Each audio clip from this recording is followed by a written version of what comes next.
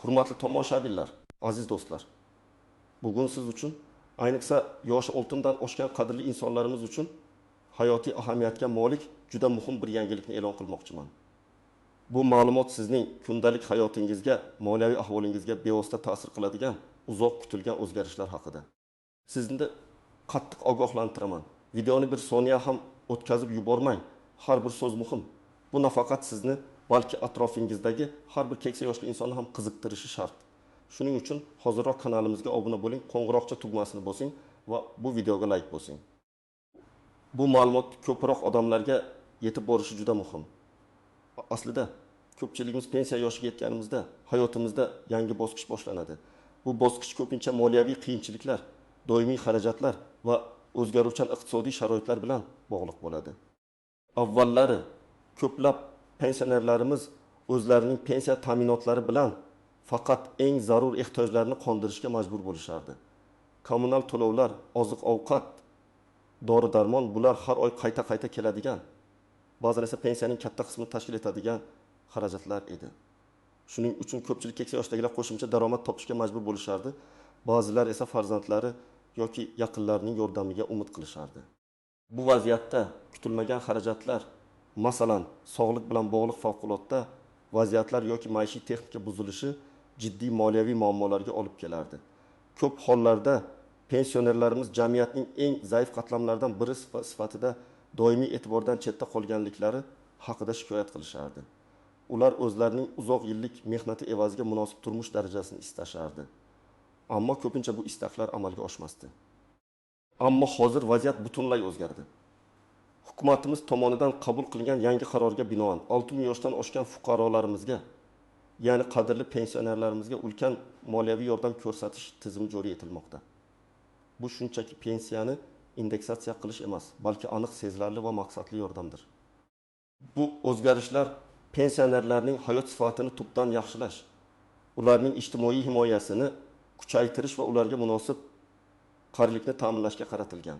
Bu yangilik shunchaki qog'ozda qoladigan farmon emas, balki real hayotda har bir pensionerning cho'ntagida seziladigan amaliy qadamdir. Bu yangi tizim qanday ishlashi, kimlar unga murojaat qilishi mumkinligi, qanday hujjatlar talab etilishi va qanday to'lovlar kutish kerakligi haqida barcha tafsilotlarni hozir sizga tushuntirib beraman. Bu o'zgarishlar nafaqat bugungi holatni, balki kelajakdagi pensiya ta'minoti tizimini ham yangi bosqichga olib chiqadi. Bu yordam tizimining asosiy maqsadi pensionerlarimizga nafaqat moliyaviy yordam berish, balki ularga jamiyatning to'laqonli a'zosi sifatida o'zlarini his qilish imkoniyatini yaratishdir. Bu yordam nima va kimlarga beriladi? Qanday talablar mavjud? Birinchidan, bu yordam faqatgina yoshi 6 dan oshgan fuqarolarimizga taqdim etiladi. Ammo bu yordam hamma uchun bir xil emas, balki aniq ijtimoiy mezonlar asosida tasniflanadi. Bu degani, kimdir ko'proq, kimdir esa kamroq yordam olishi mumkin. Bu yordam bir nechta guruhlarga bo'linadi. 1. Kam ta'minlangan pensionerlar. Bu guruhga pensiya miqdori mamlakat bo'yicha belgilangan minimal iste'mol savatchasidan past bo'lgan pensionerlar kiradi. Masalan, agar minimal iste'mol savatchasi 1 million so'm deb belgilangan bo'lsa, sizning pensiyangiz esa 1,2 million so'm bo'lsa, siz avtomatik ravishda kam ta'minlangan hisoblanasiz. Bunday hollarda sizga pensiyangizni minimal iste'mol savatchasi darajasiga yetkazish uchun qo'shimcha mablag' ajratiladi. Bu qo'shimcha mablag' har oy muntazam ravishda to'lanadi. Misol uchun, Toshkentda yashovchi 72 yoshli Mahbuba opa, u yolg'iz yashaydi va uning pensiyasi 1 million 100 ming so'm. Yangi qonunga ko'ra minimal iste'mol savatchasi 1 million 500 ming so'm deb belgilangan bo'lsa, Mahbuba opaga har oy 400 ming so'm qo'shimcha yordam to'lanadi. Bu unga dori-darmon xarajatlarini qoplashga, oziq-ovqat mahsulotlarini ko'proq sotib olishga, hatto nabiralarga kichik sovg'alar olishga imkon beradi. Bu yordam Mahbuba opaning hayotini sezilarli darajada yaxshilaydi. Unga moliyaviy erkinlik bag'ishlaydi. 2. Asrash yolg'iz yashovchi pensionerlar, farzandlari yoki yaqin qarindoshlari bo'lmagan yoki ular bilan birga yashamaydigan, hech kimning qaramog'ida bo'lmagan yolg'iz pensionerlarga alohida e'tibor qaratiladi. Bunday shaxslarga nafaqat moliyaviy yordam, balki ijtimoiy xizmatlar ham taklif etilishi mumkin. Masalan, 38 yoshli Nodir aka rafiqasi vafot etgan. Farzandlari chet elda yashaydi va muntazam yordam bera olmaydi. Uning pensiyasi 1 million 300 ming so'm. Yolg'iz yashovchi pensioner sifatida unga har oy 300 ming so'm miqdorida qo'shimcha yordam ajratiladi. Bu unga uyni ta'mirlash, kommunal to'lovlarni qoplash yoki kutilmagan xarajatlarni to'lashda yordam beradi. Bundan tashqari unga ijtimoiy xodim biriktirilishi mumkin. Bu xodim uning kundalik hayotdagi muammolarni hal qilishda yordam beradi. Masalan, bozorlik qilish, shifokorga olib borish va hokazo. Asq sog'lig'ida jiddiy muammolar bor pensionerlar, surunkali kasalliklarga chalingan, doimiy ravishda qimmat dori-darmonlarga muhtoj bo'lgan yoki nogironligi bor pensionerlarga maxsus yordam paketlari taqdim etiladi. Bu yordam dori-darmon xarajatlarini qoplashga, reabilitatsiya kurslarini o'tashga yoki kerakli tibbiy asbob-uskunalarni sotib olishga yordam beradi. Masalan, 75 yoshli Gulnora aya yurak kasalligi bilan og'riydi va har oyda 500 ming so'mlik dori-darmon qabul qiladi. Uning pensiyasi 1 million 200 ming so'm. Unga tibbiy xarajatlarni qoplash uchun har oy 400 ming so'mga maqsadli yordam ajratiladi. Bu uning moliyaviy yukini sezilarli darajada yengillashtiradi va sog'lig'ini yaxshilashga yordam beradi. Agar unga nogironlik aravachasi kerak bo'lsa, bu yordam dasturi orqali unga maxsus jihozlar ham taqdim etilishi mumkin. 4. Uzoq yillar davomida ishlagan, ammo past pensiya oladigan pensionerlar. Ba'zan odamlar uzoq yillar davomida halol mehnat qiladilar, ammo turli sabablarga ko'ra, masalan, ish haqi past bo'lgan sohada ishlagani, ish staji hisoblanishida xatolik yoki inflyatsiya ta'siri ularning pensiyalari yetarli darajada bo'lmaydi. Bunday hollarda ularning mehnatiga hurmat va e'tibor sifatida qo'shimcha moddiy yordam ko'rsatiladi. Bu guruhga, masalan, qishloq xo'jaligida uzoq yillar ishlagan, ammo rasmiy hujjatlar bo'lmagani sababli past pensiya oladigan 70 yoshli dehqon bobo kiradi. Uning pensiyasi 1 million so'm. Uning uzoq yillik mehnatini hisobga olgan holda unga 370 ming so'm qo'shimcha har oylik yordam ajratiladi. Bu yordam uning dehqonchilikdagi xarajatlarini qoplashga yordam beradi va hayotini bir muncha yengillashtiradi. Bu yordamning eng muhim jihati shundaki, u nafaqat bir martalik to'lovlardan iborat, balki aksariyat hollarda muntazam har oylik to'lovlar shaklida amalga oshiriladi. Bu esa pensionerlarga o'z byudjetini rejalashtirishda ishonch beradi va ularning moliyaviy barqarorligini ta'minlaydi. Har bir holat alohida ko'rib chiqiladi va yordam miqdori shaxsning ehtiyojlaridan kelib chiqqan holda belgilanadi. Shuning uchun har bir pensioner bu imkoniyatdan foydalanishi va o'z holatini baholatishi shart. Ammo har qanday tizimda bo'lgani kabi, bu yangi dasturda ham ba'zi istisnolar, qaltis jihatlar va sezilmas nozikliklar mavjud. Ularni bilish sizga muammosiz yordam olishingizda yordam beradi. Birinchidan, bu yordam avtomatik ravishda belgilanmasligi mumkin. Ko'pgina holatlarda siz arizani shaxsan topshirishingiz va tegishli hujjatlarni taqdim etishingiz kerak bo'ladi. Bu juda muhim nuans, chunki ko'pchilik menga tegishli bo'lsa, o'zlari berishadi deb o'ylaydi. Ammo unday emas. Agar siz arizani o'z vaqtida topshirmasangiz, yordamni olmasligingiz mumkin. Ikkinchidan, yordamning miqdori va turi sizning hozirgi moliyaviy ahvolingizga bog'liq bo'ladi. Agar sizda boshqa doimiy daromad manbalari mavjud bo'lsa, masalan, ijaradan keladigan daromad, bankdagi katta omonatlar yoki katta yoshli, yuqori daromadli farzandlaringiz tomonidan doimiy ravishda katta miqdorda moddiy yordam olsangiz, sizga yordam berilmasligi yoki kamroq miqdorda berilishi mumkin. Masalan, 6-7 yoshli Karim aka pensiyasi 1 million 200 ming so'm, kam ta'minlangan guruhga kiradi. Ammo uning shaharda ikkita kvartirasi bor va ularni ijaraga bergan. Ijaradan oyiga 5 million so'm daromad oladi. Bunday holda Karim akaga kam ta'minlanganlik asosida yordam berilmasligi mumkin, chunki uning umumiy daromadi allaqachon yuqori.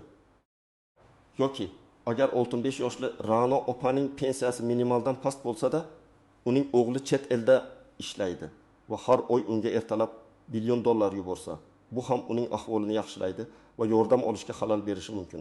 Pensiya fondi yoki ijtimoiy himoya bo'limi sizning daromadlaringiz va mol-mulkingizni tekshirishi mumkin. Shuning uchun barcha ma'lumotlarni to'g'ri ko'rsatish muhim. Uchinchidan, ba'zi turdagi yordamlar ma'lum muddatga berilishi mumkin. Masalan, tibbiy xarajatlarni qoplash uchun beriladigan yordam faqatgina dori-darmonlar sotib olinganligini tasdiqlovchi cheklar taqdim etilganidan so'ng qayta ko'rib chiqilishi yoki yangilanishi mumkin. Ya'ni bir martalik tibbiy muolajadan so'ng yordam to'xtatilishi va keyingi ehtiyoj yuzaga kelganda qayta murojaat qilish zarurati tug'ilishi mumkin. Bu albatta shaxsiy holatga bog'liq. To'rtinchidan, byurokratik to'siqlar yoki noto'g'ri tushunishlar yuzaga kelishi mumkin. Ba'zan hujjatlarni to'plash jarayoni murakkab ko'rinishi mumkin yoki murojaat qiluvchi xodimlar tomonidan biron bir ma'lumot noto'g'ri talqin qilinishi mumkin. Shuning uchun har bir qadamni diqqat bilan bajaring va barcha savollaringizga aniq javob olishga harakat qiling. Agar sizga biron bir hujjatni taqdim etishda yordam kerak bo'lsa, ijtimoiy xizmatlarga murojaat qilishdan tortinmang. 5-dan firibgarlardan ehtiyot bo'ling. Har doim shuni yodda tutingki, hech kim sizdan bu yordamni olishini oldindan pul so'ramaydi. Vositalik xizmatlari taklif qilmaydi yoki bank kartangizning PIN kodini so'ramaydi. Bunday takliflar firibgarlikdir. Faqat rasmiy davlat organlariga murojaat qiling va barcha ma'lumotlarni rasmiy manbalardan tekshiring. Bu juda muhim ogohlantirish. Chunki har qanday yangi ijtimoiy dastur paydo bo'lganda firibgarlar ham darhol faollashadi. 6-dan yordamning davomiyligi va qayta ko'rib chiqish muddatlari. Ba'zi yordam turlari, masalan, kam ta'minlanganlik bo'yicha har yili yoki har 6 oyda sizning moliyaviy ahvolingiz qayta ko'rib chiqilishi bilan bog'liq bo'lishi mumkin. Agar sizning ahvolingiz yaxshilansa, masalan, farzandlaringiz sizga moddiy yordamni oshirsa yoki yangi daromad manbai paydo bo'lsa, yordam miqdori o'zgarishi yoki to'xtatilishi mumkin. Shuning uchun har doim tegishli organlar bilan aloqada bo'ling va o'zgarishlar haqida xabar bering. Endi esa eng muhim qism, nima qilish kerak? Qanday qilib bu yordamni olish mumkin? Sizga aniq bosqichma-bosqich ko'rsatmalar beraman. Birinchi qadam, ma'lumot to'plash. Avvalo, siz yashayotgan hududdagi pensiya jamg'armasi bo'limi yoki ijtimoiy himoya markaziga qo'ng'iroq qiling yoki shaxsan murojaat qiling. Ulardan oltin yoshdan oshgan fuqarolarga ko'rsatilayotgan yangi moddiy yordam dasturi haqida to'liq ma'lumot oling. Har bir viloyat yoki tuman o'ziga xos talablarga ega bo'lishi mumkinligini yodda tuting. Shuningdek, ularning rasmiy veb-saytlarini yoki ijtimoiy tarmoqlardagi sahifalarni tekshiring. Hozirgi kunda davlat xizmatlari markazlari orqali ham ko'plab xizmatlar ko'rsatiladi. Balki bu yordamni olish uchun ham ularga murojaat qilish mumkin. Shu sababli birinchi navbatda aniq ma'lumot manbasini toping. Ikkinchi qadam, kerakli hujjatlarni tayyorlash. Bu jarayonning eng muhim qismi. Sizdan odatda quyidagi hujjatlar talab qilinadi. Birinchi, asl pasport, asl nusxasi va nusxasi. Pasportingizning amal qilish muddatiga e'tibor bering. Ikki, asl pensiya guvohnomasi, asl nusxasi va nusxasi. Asl bank hisob raqamingiz to'g'risidagi ma'lumotlar. Yordam puli sizning bank kartangizga o'tkazilishi uchun bank rekvizitlari kerak bo'ladi. Bu plastik karta raqami emas, balki bank hisob raqami bo'lishi kerak. Uni bankka murojaat qilib olishingiz mumkin. 4. Daromadlar haqida ma'lumotnoma. Agar sizda pensiyadan tashqari boshqa daromad manbalari bo'lsa, masalan, ijara, qo'shimcha ish haqi, ularni tasdiqlovchi hujjatlar. Bu sizning kam ta'minlanganligingizni aniqlashda muhim. 5. Oilaviy ahvolingiz haqida ma'lumot. Oilaviy tarkib, birga yashovchi a'zolar, ularning daromadlari haqida ma'lumot. Masalan, agar siz farzandlaringiz bilan yashasangiz, ularning daromadlari ham hisobga olinishi mumkin. Bu ma'lumotni mahalladan yoki davlat xizmatlari markazlaridan olish mumkin. 6. Sog'liq holati haqidagi ma'lumotnoma. Agar siz sog'lig'ingiz bilan bog'liq sabablarga ko'ra yordamga muhtoj bo'lsangiz, masalan, surunkali kasalliklar, nogironlik kasallik tarixi, shifokor xulosasi, nogironlik guvohnomasi kabi tibbiy hujjatlarni tayyorlashingiz kerak bo'ladi. 7. Yolg'iz yashovchi ekanligingizni tasdiqlovchi hujjat. Agar siz yolg'iz pensioner bo'lsangiz, mahalladan yoki fuqarolik holati dalolatnomalarini qayd etish organlaridan FHDga tegishli ma'lumotnomani olishingiz kerak bo'ladi. Ariza. Pensiya jamg'armasi yoki ijtimoiy himoya markazi tomonidan beriladigan maxsus shakldagi arizani to'ldirishingiz kerak bo'ladi. Uni to'ldirishda o'zingizning holatingizni, qanday yordamga muhtojligingizni aniq va tushunarli qilib yozing. Sizga qaysi guruhga mansub ekanligingizni tushuntirishda yordam bering. 3-qadam, arizani topshirish. Barcha hujjatlarni to'plaganingizdan so'ng, siz pensiya jamg'armasi bo'limiga, ijtimoiy himoya markaziga yoki davlat xizmatlari markaziga shaxsan murojaat qilib, arizangizni topshirishingiz kerak. Hujjatlarning asl nusxalarini ham o'zingiz bilan olib boring. Ularni ko'rsatishingiz talab qilinishi mumkin. Arizani topshirayotganda barcha ma'lumotlarni aniq va to'g'ri kiritganingizga ishonch hosil qiling. Agar qandaydir savollaringiz bo'lsa, topshirish jarayonida xodimlardan so'rashdan tortinmang. Ular sizga yordam berishga majbur. 4-qadam murojaatingizni kuzatib borish. Arizangizni topshirganingizdan so'ng sizga murojaatingiz raqami berilishi kerak. Bu raqam orqali siz o'z arizangizning holatini tekshirishingiz mumkin. Arizalar ko'rib chiqish jarayoni bir necha haftagacha davom etishi mumkin.